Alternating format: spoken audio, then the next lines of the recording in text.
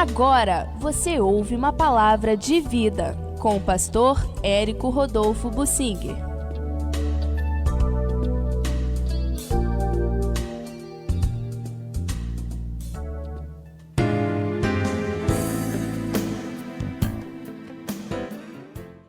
Eu quero falar em um assunto que tem aplicação em nossos dias também, mas que vem de uma parábola que o próprio Deus contou, revelada a seu servo, o profeta Ezequiel.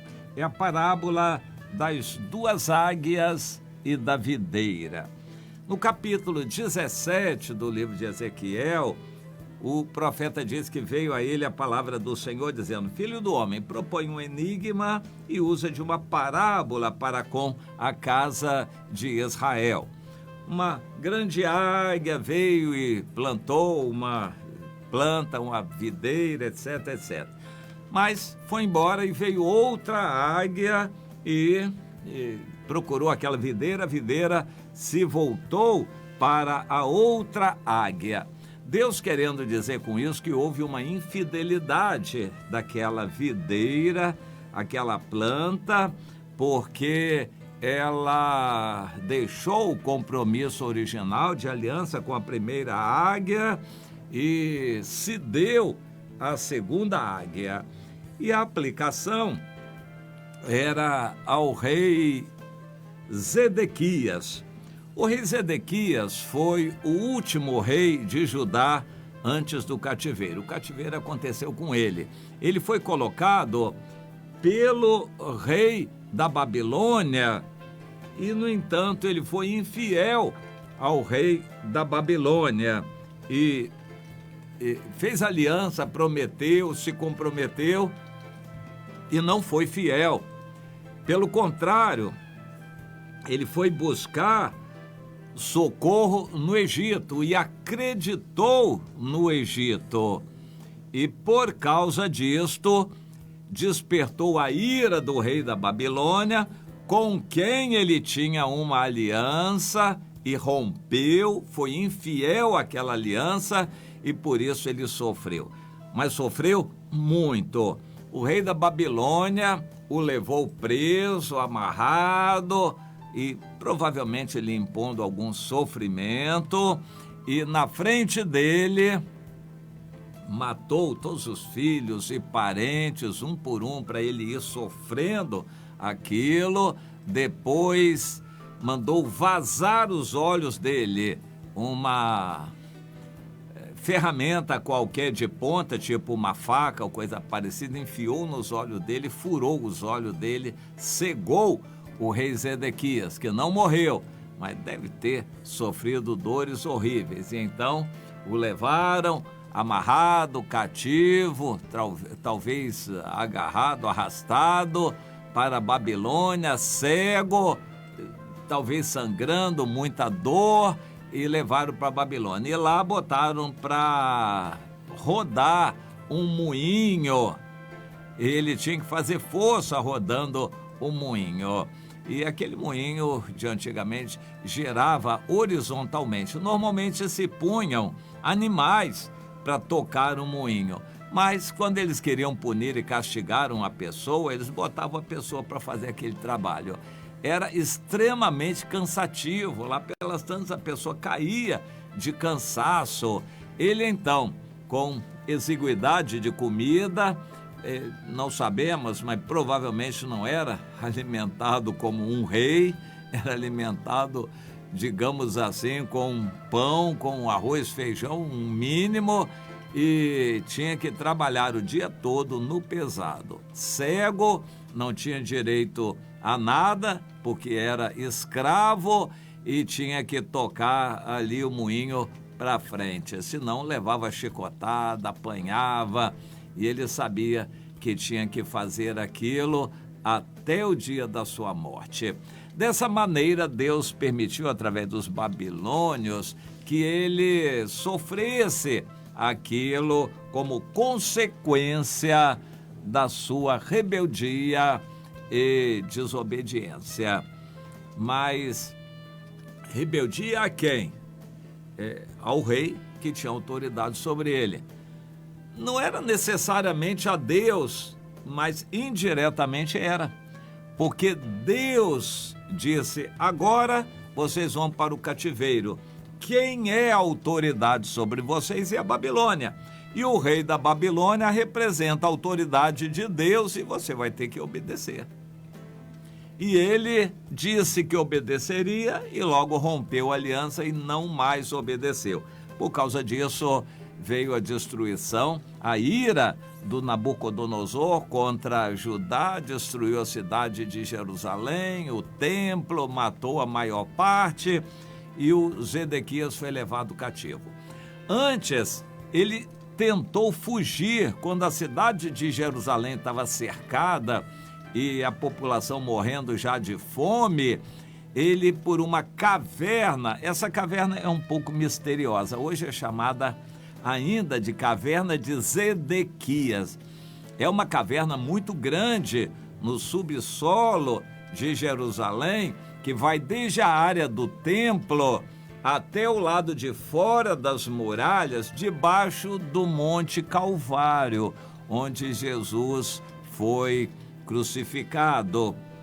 Ali debaixo, um pesquisador descobriu uma sala onde está a Arca da Aliança. Então, na fuga do Zedequias, aquele último rei de Judá, filho de Josias, quando Zedequias fugiu, ele levou a arca, escondeu lá num determinado canto e foi embora, fugiu por uma abertura da caverna do lado de fora das muralhas de Jerusalém. Os soldados babilônicos cercavam as muralhas, mas o Zedequias saiu lá de noite por um outro canto e os babilônicos, não viram.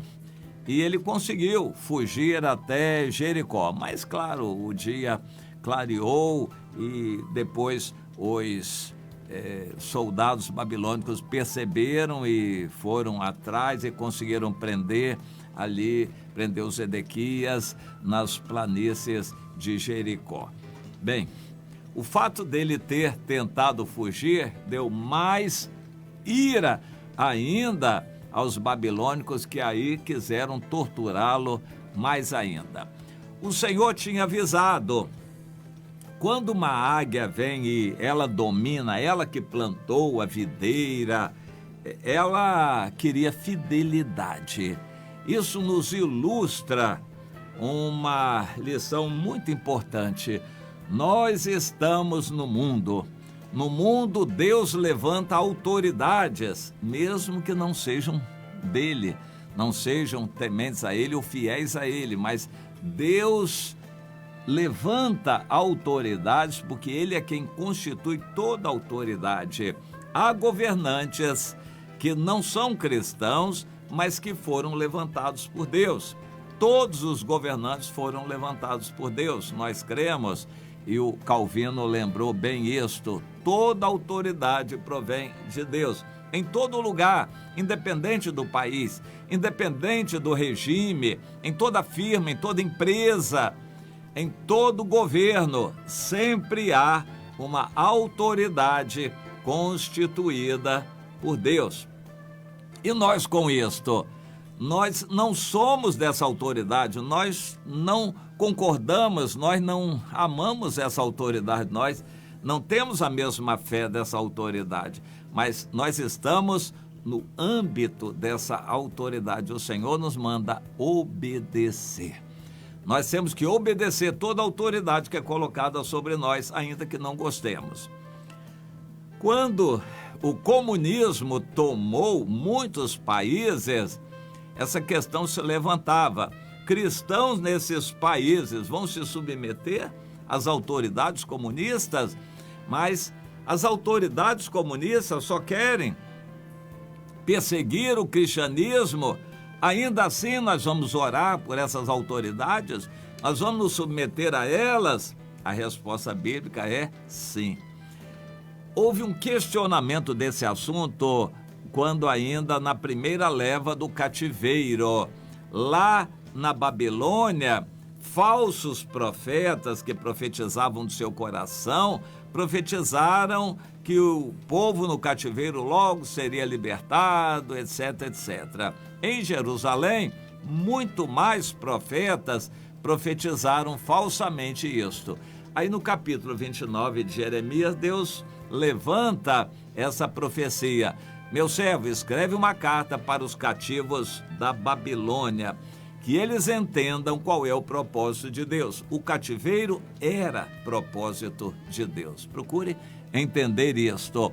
E o Senhor diz, não se rebelem, vocês se acomodem, obedeçam às autoridades, se instalem aí da melhor maneira, criem filhos, constituam famílias, o cativeiro não vai terminar logo. Ao todo vai demorar 70 anos, depois eu, o Senhor, farei o que é a vontade também de vocês, trazer vocês do cativeiro, mas só depois de um longo tempo. Até lá, vocês se multipliquem aí no cativeiro, se adaptem, orem pela cidade e pelas autoridades onde vocês estão.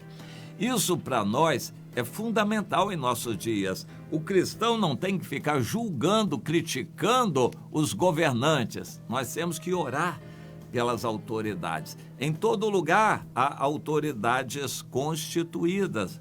Na rua, a gente andando na rua, existem autoridades ali. Nós estamos trabalhando em uma empresa, tem autoridade, o patrão, os chefes nomeados pelo patrão. Você está numa escola, uma universidade, tem autoridade ali, professor na sala de aula, etc, etc. Você, em todo lugar, deve reconhecer a autoridade. Quem se converte ao Senhor se torna um servo e deve ser sensível à autoridade onde está. Deus nos quer bons cidadãos, submissos à autoridade, orando pelas autoridades. Nós não temos que nos sublevar nem nos unirmos a revoltas contra autoridades. Nós temos que zelar pelas autoridades. Eu tenho, na minha vida profissional, no passado, muitos exemplos tristes de quando eu errei. Eu errei muitas e muitas vezes, me rebelando contra a autoridade. E eu só levei a pior. Deus me disciplinou, castigando por isso, até que eu aprendesse a lição. Na Rússia da União Soviética, cada governante era pior do que o outro. O Lenin matou um monte de milhões de pessoas. Veio o Stalin depois e matou mais ainda. E aí veio o Khrushchev, que já começou matando. Aí, numa igreja, uma mulher estava lá orando, uma velhinha, e pedia que Deus abençoasse o governante. Do lado, um rapaz interrompeu: minha senhora, eu não posso concordar com essa oração da senhora. A senhora orando por essa peste. Meu filho, ela respondeu, deixa eu explicar uma coisa para você. Você é novo. Eu já vivi muito, eu já vivenciei várias épocas. E eu tenho percebido aqui, na Rússia, que cada governante que vem é pior do que o anterior. Então, se Deus preservar esse aí, a coisa vai. Se esse morrer, o que vem vai ser pior ainda. Então, deixa Deus preservar esse daí. Cada um era pior do que o outro. Sabe-se por que razão, coincidência, Jesuscidência, o que aconteceu? Este Nikita Khrushchev, que era o sucessor lá do Stalin, por alguma razão a vida dele mudou. Depois veio a ser sabido que a mulher tinha se convertido e ele estava fugindo da doutrina marxista. Então ele não morreu, mas ele foi tirado do governo porque o governo alegou que ele se desviou da doutrina marxista, ou seja, reconheceram que ele se converteu. E contam que numa determinada reunião os irmãos estavam orando quando de repente a porta se abre e entra o Nikita Khrushchev. A carequinha dele era inconfundível e Os crentes tremeram, se apavoraram. Aí ele fez sinal com a mão que eles se calassem. Não, calma, calma, paz esteja com vocês. Eu quero dizer para vocês que agora eu também sou um de vocês. Ele tinha se convertido. Bom, claro que morreu sem ser muito exaltado, o comunismo não o exaltou, mas nós cremos que foi uma experiência sincera. Aquela velhinha estava certa, meu filho, por pior que seja a peste do governante, nós devemos orar por ele. Vamos aprender essa lição. Os governantes têm que entender certas coisas, eles não fazem o que eles querem, eles estão ali para fazer o melhor no ambiente deles. Eles têm que entender as circunstâncias, o contexto em que eles vivem e tomar decisões sábias, não necessariamente decisões que nos agradem ou até mesmo a eles, mas eles têm que tomar as melhores decisões no contexto e nós temos que procurar entender. Não fique chateado, com raiva de um governante porque ele não faz o que você achava que devia fazer. Ele está cercado por pressões, por muitas circunstâncias e ele está colocado por Deus ali como a melhor pessoa para administrar aquela situação e ele então precisa que oremos por ele para ter um coração sábio e tomar decisões sábias. Entenda isso, um governante não está ali para agradar você nem a ele mesmo. Ele está para administrar uma situação da melhor maneira possível. Ele foi colocado por Deus ali para isto, não necessariamente para fazer o que nós queremos.